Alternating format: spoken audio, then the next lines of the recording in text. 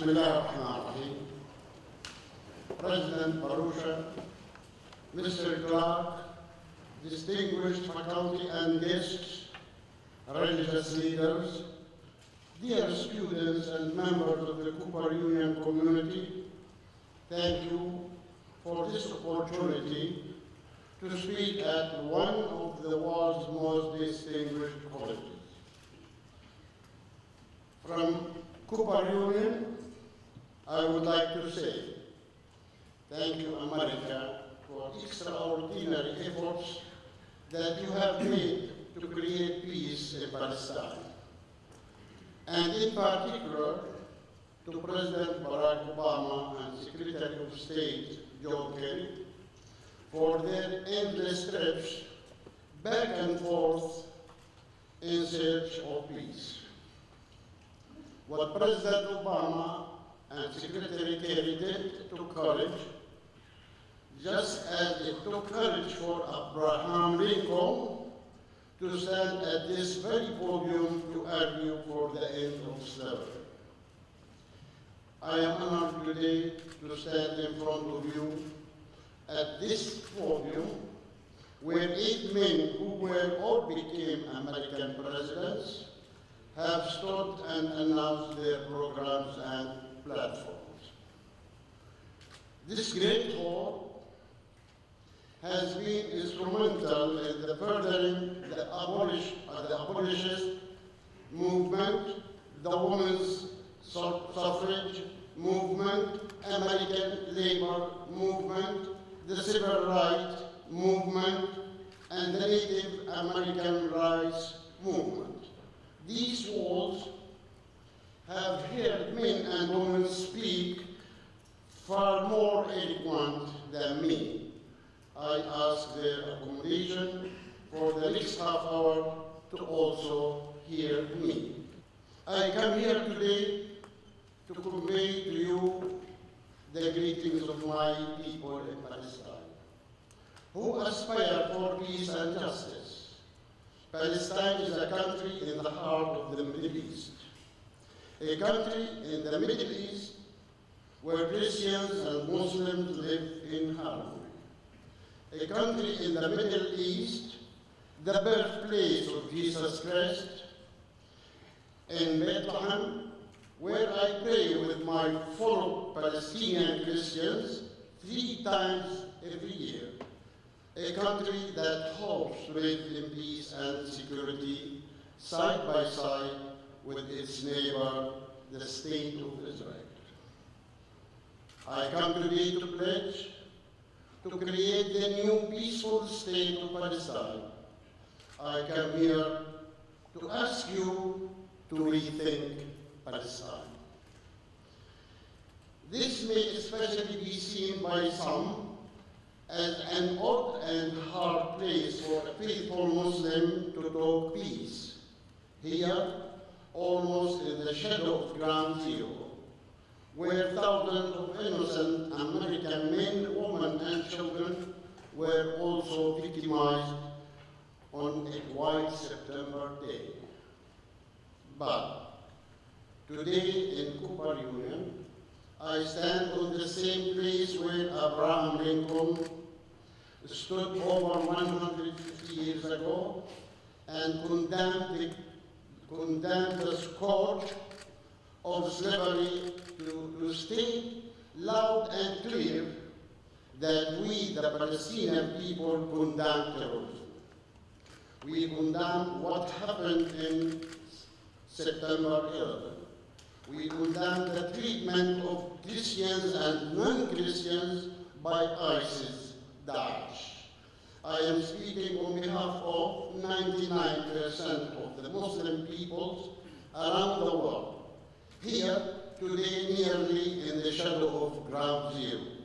I state to the world, the barbarians of ISIS, Daesh, and Al-Qaeda who kill innocent people are not faithful Muslims. And to the children and the families of the victims of September 11, I say as a Palestinian Muslim, I am sorry for your pain. These murderers do not represent Islam. We all stand against them to defeat their evil plans. At the same time, we must work to end the Israeli occupation and establish a Palestinian state. For we cannot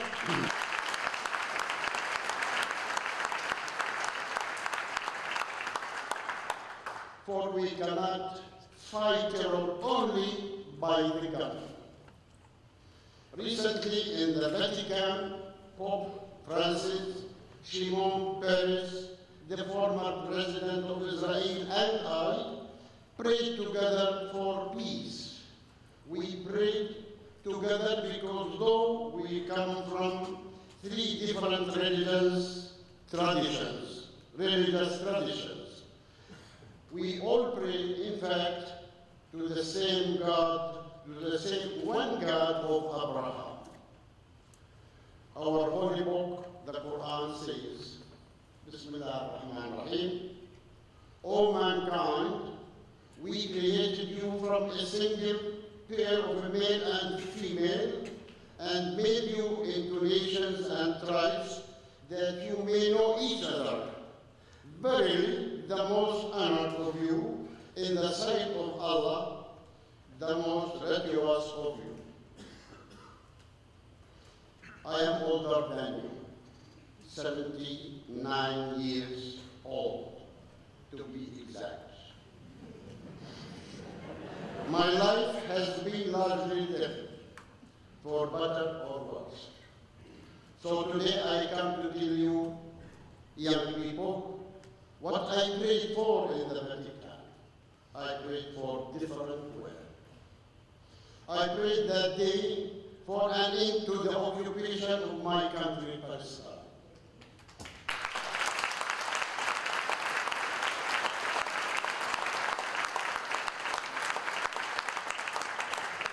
I prayed for a free and independent Palestine that will live side by side in peace, security, and prosperity with its neighbor, the State of Israel.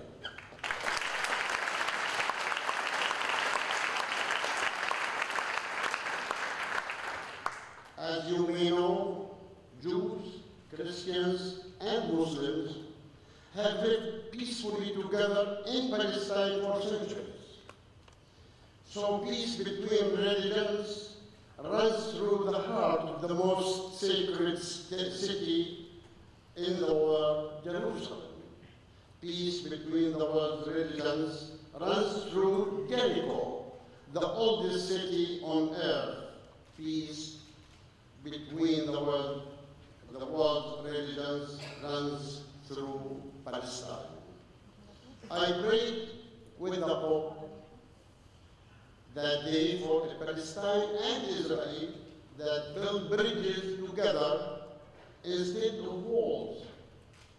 I made a prayer that someday I will be able to inform the United Nations Convention on the elimination of all forms of discrimination against women, which I have signed, and that we can make our new state of Palestine a model of women's rights in the Arab world.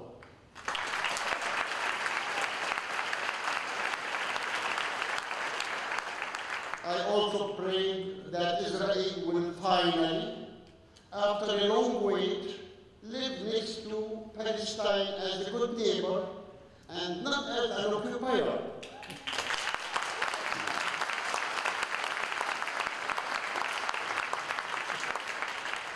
So we Palestinians can continue to build our institutions for a modern and open state and society. I made a prayer for an America that is a real friend of Israel, not a false friend. And just as real friends do not let friends drive drunk.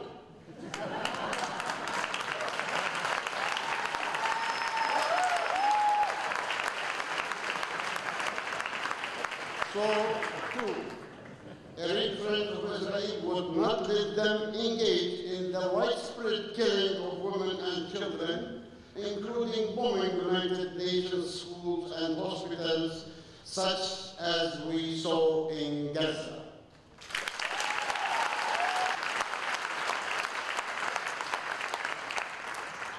Just as real friends in America don't let friends break the law.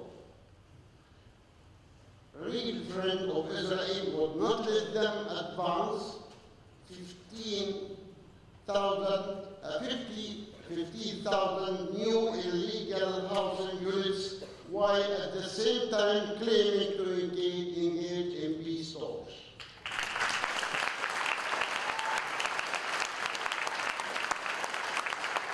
Just as real friends in America don't let their friends abuse their neighbors' children, America, as a real friend of Israel, wouldn't let them routinely arrest, beat, and jail without charges Palestinian children, which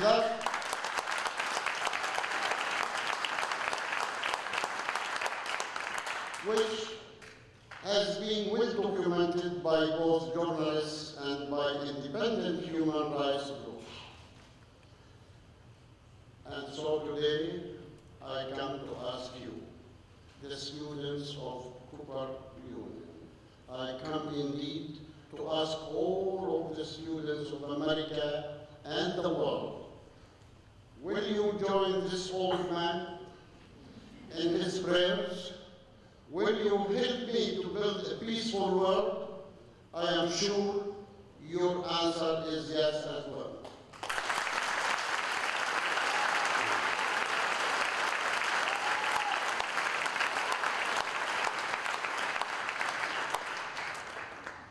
Will you build this world I prayed for?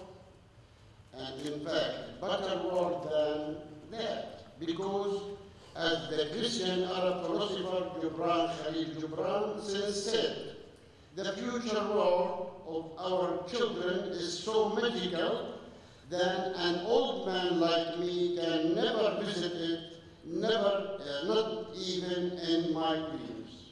But I hope that I'll see. The people of Israel live today as our occupiers. And without a permanent vision of a peaceful coexistence with their very closest neighbors, not acceptable. My people in Gaza live under siege by Israel without freedom of travel or of trade, with 80% of them now reliant on foreign aid and in constant fear of being randomly bombed. They live locked in an open-air prison, not acceptable. Today, Israel maintains control of Gaza airspace, territorial waters, electromagnetic sphere, population registry, and the movement of all goods and people. The relatives of the very people in Gaza that Israel just killed even have to apply to Israel to obtain their death certificates. Is that a free people? Not acceptable.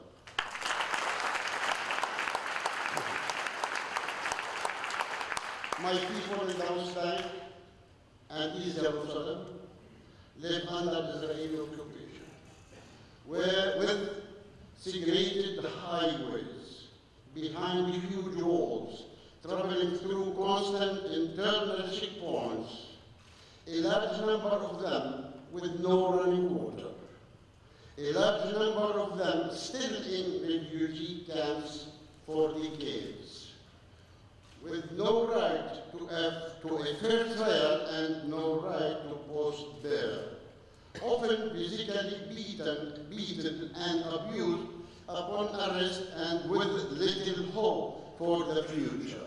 Palestinians today have far fewer rights than African Americans in America had in the 1950s. Not acceptable.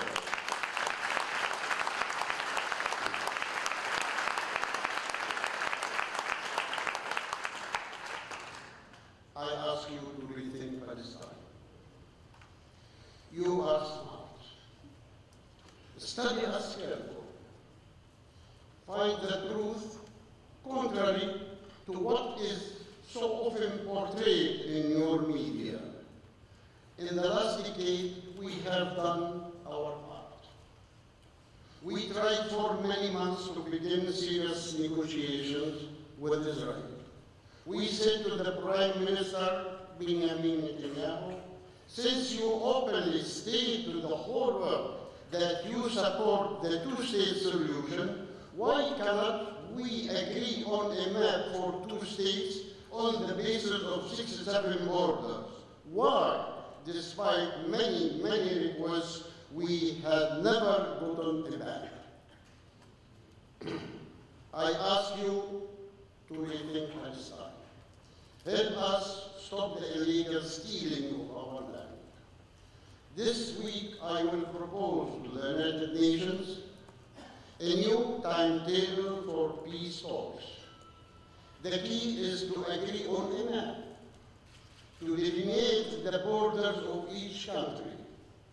I say today to Prime Minister Netanyahu, end the occupation, make peace.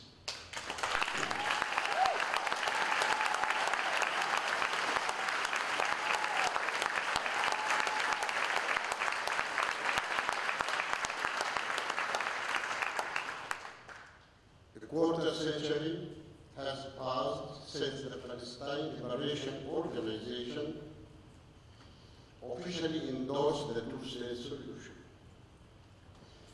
In a historic decision that has since been accepted by all the Arab states, Palestine recognized the state of Israel based on pre-67 borders, conceding over 78% of historic Palestine, rather than accepting 78% of the land in question. The current Israeli government has chosen to use the peace process as a smokescreen for more colonization and oppression. We still wish to believe that our Israeli neighbors do not expect the Palestinian people to live under a system of apartheid. The desire of peace and freedom-loving nation for independence cannot be eliminated by force. We are the only people. We are the only people on earth still live under occupation, not accepted.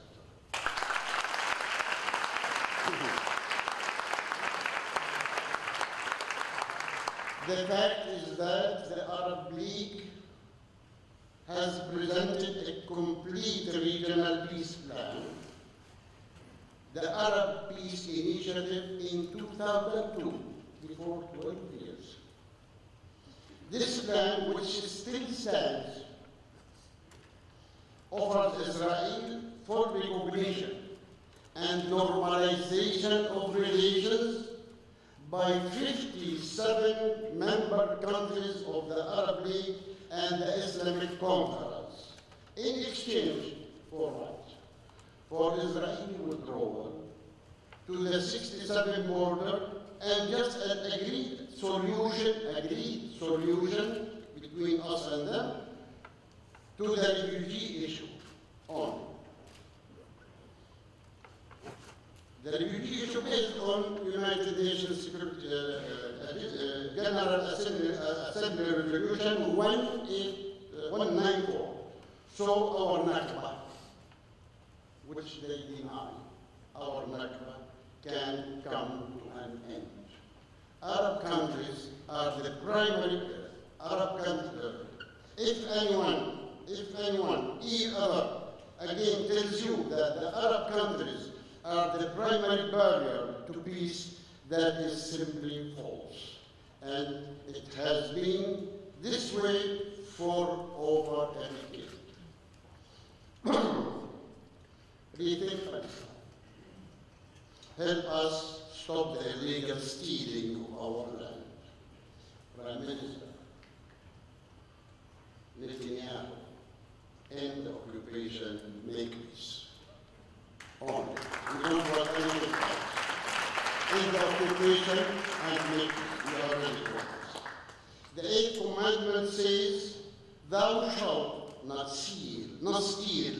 America itself directly asked Israel to stop building illegal settlements on Palestinian land. But then Israel did the opposite. During the last 9 months of negotiations, sponsored by the United States, after being asked to free settlements, Israel advanced housing units of 55,000 new settlers in occupied territories. 55,000 new settlers in the occupied territories, bringing to 600,000 the Israeli settlers population in the West Bank. They have now in the West Bank 600,000 settlers, illegal. And of course, the West Bank and East Jerusalem. Is it stealing land covered by the Eighth Commandment? Under international law, Israel has no right to take that land. Israel's constant confiscation of our land is our most pressing and fundamental problem. It offsets the achievements of a just and lasting peace with Palestine. This Israeli conduct reminds us of the wise words of late President Kennedy. What President Kennedy said. We cannot negotiate with those who say, what's mine is mine, and what's yours is negotiable.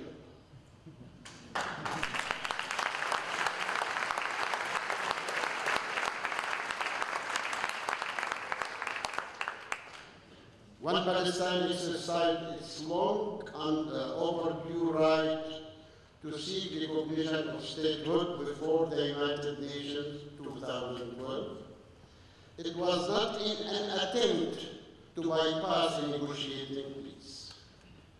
Instead, it was to allow us to be a leader for peace and human rights in the Muslim world, mainly through access to multilateral treaties and international organizations.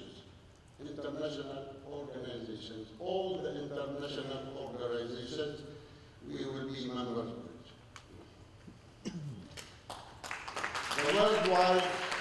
The worldwide vote to make us an observer state was in our favor by count of 138 to 9. 138 to 9 in our favor. Only 9 countries in the entire world opposed our application. The dozens of other countries who all voted for us found that we were well qualified to join the peaceful community of nations. These countries have all rethought Palestine just as you must do now.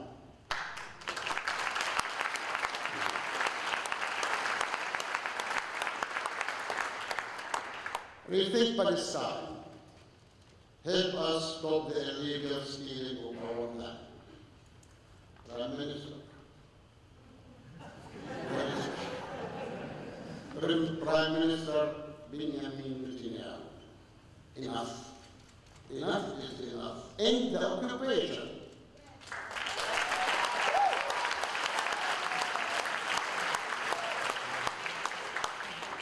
We ask that the international community stop hiding behind calls for resumption of talks. Without holding the Israeli government accountable for its stealing of our land. The international community has the responsibility to protect our people. Living under the terror of settlers, an occupying army and a painful siege. We want the international community to defend us from the settlers and from the Israeli army. The attitude of the international community toward the Israeli government must be related to holding it directly accountable to international law and human rights. On behalf of the brave Palestinian people, in the tradition of Mahatma Gandhi and Martin Luther King and Nelson Mandela, I still come here to deliver a message of peace and justice to Israel and the rest of the world. Security requires justice and an end of occupation. We cannot understand how the Israeli government can be misguided as to fail to understand that the indiscriminate bombing of Gaza that kills thousands of women and children only sows more hate.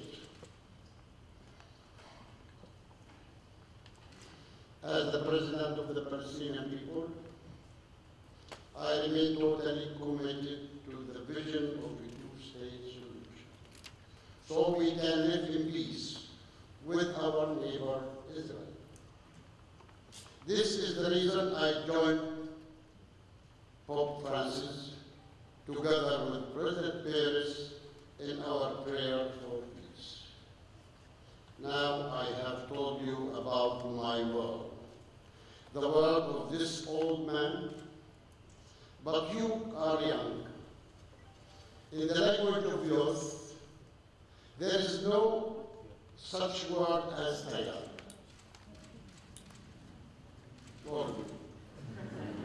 In the vocabulary of youth, there is no such word as failure. In Maine, here in America, in Maine every summer, young Palestinians, Israelis, Americans, Arabs, and others meet in a camp called Seas of Peace. Seas of Peace.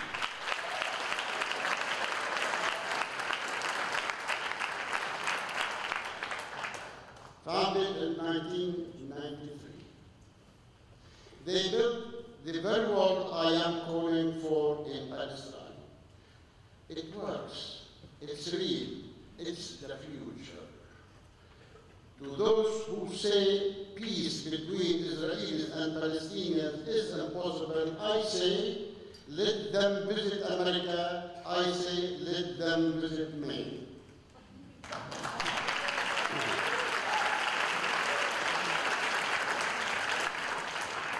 In closing at 79, maybe 89. I do not know for certain if I will ever hold in my hand and taste the sweet fruit of peace. But I do know this for certain, I have held in my hand and seen with my own eyes the seeds of peace. The seeds of peace are the young Palestinian, Israelis, Americans, and others all over the world who form peace groups on college campuses like J3 and Students for Justice in Palestine. Those are the seeds of peace.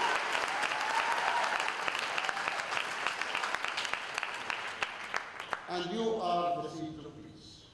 You are the seeds of peace. Don't underestimate the power of your youth. You can do a lot.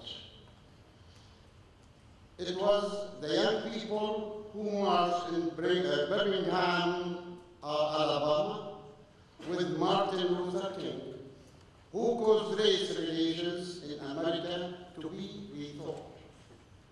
It was the young people in America whose protests on college campuses against the Vietnam War forced that war to be rethought.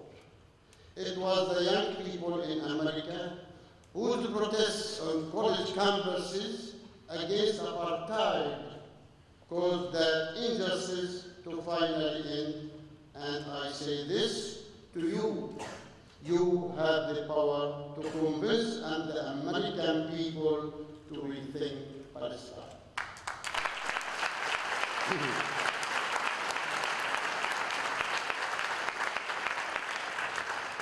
Wisdom may come from the old.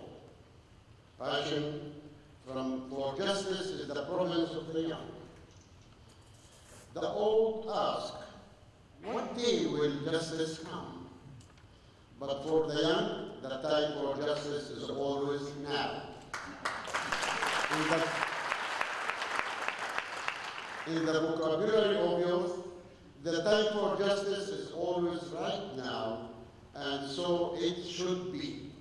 It was to the young that Nelson Mandela, a great friend of Palestine, once said that South Africa could never be fully free until Palestine was free.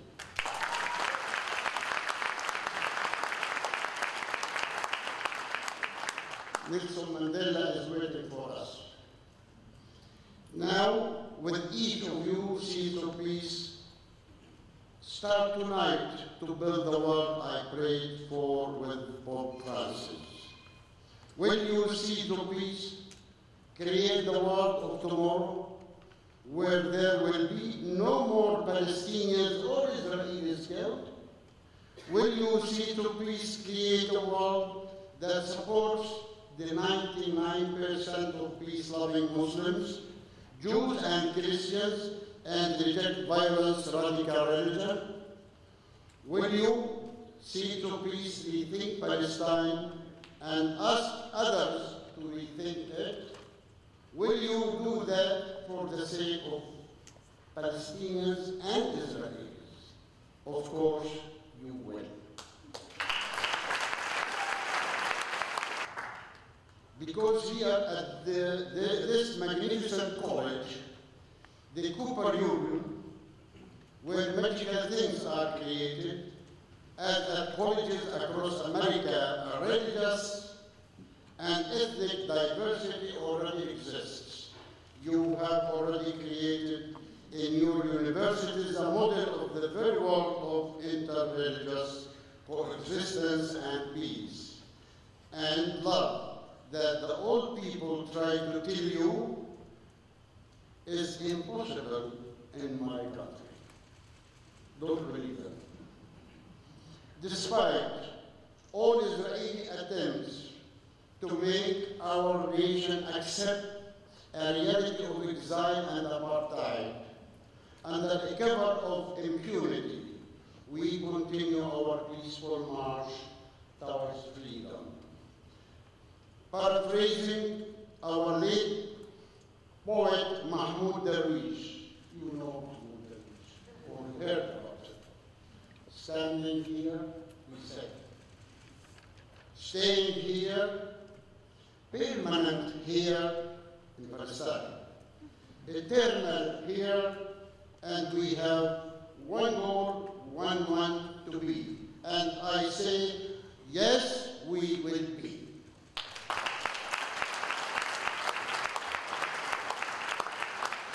So, you already know how to build the road to future peace. And you know that it runs through Cooper Union. It runs through America. And yes, it runs right through Jerusalem and Palestine. We have all made mistakes. But today I say, let us move forward. Let us forgive, not 7 times, but as Jesus himself said, 70 times, 7 times.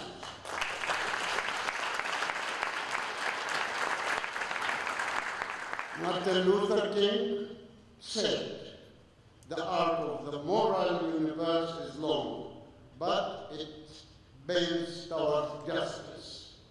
Today I say the arc of fear is long, but it circles back to love. I intend to close that circle. And today I humbly ask you, the medical students of Cooper Union, of America, and of the world to be part of that change. Rethink Palestine. May God bless you. Thank you.